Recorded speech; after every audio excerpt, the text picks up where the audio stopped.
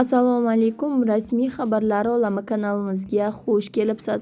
Hozirgi kunda tarqalayotgan xabarlarga eng so'nggi nuqtani qo'yish maqsadida sizlarga so'nggi xabarlarni yetkazmoqchimiz.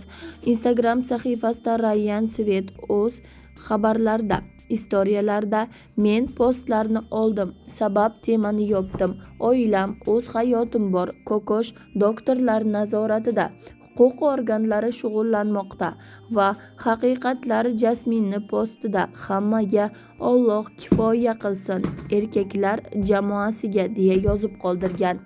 Postni eshitinglar. 3 erkak bir ayolni talab fitna qildi. Aslida uchalasi ham haqiqatni biladi. Chala gaplar bilan fitnani keragi yo'q. Ayol bilan erkakni farqi nimada? Men temani yopdim. Singlimiz oyoqqa turib hammasini o'zi aytib beradi deya Ryan Svet o'z Instagram sahifasida shunday post qoldirgan. Uning posti taxminan 1 soatlarga yetadigan vaqtda olingan post edi. U primoy efirdagi barcha gaplarni o'zining Instagram sahifasida post qilib qoldirgan. Biz Kokoshga tezroq tuzalib ketishini va sog'-salomat bo'lib chiqishini tilab qolamiz. Keyingi videoroliklarimizni kuzatib borishda davom eting. Xayr, salomat bo'ling.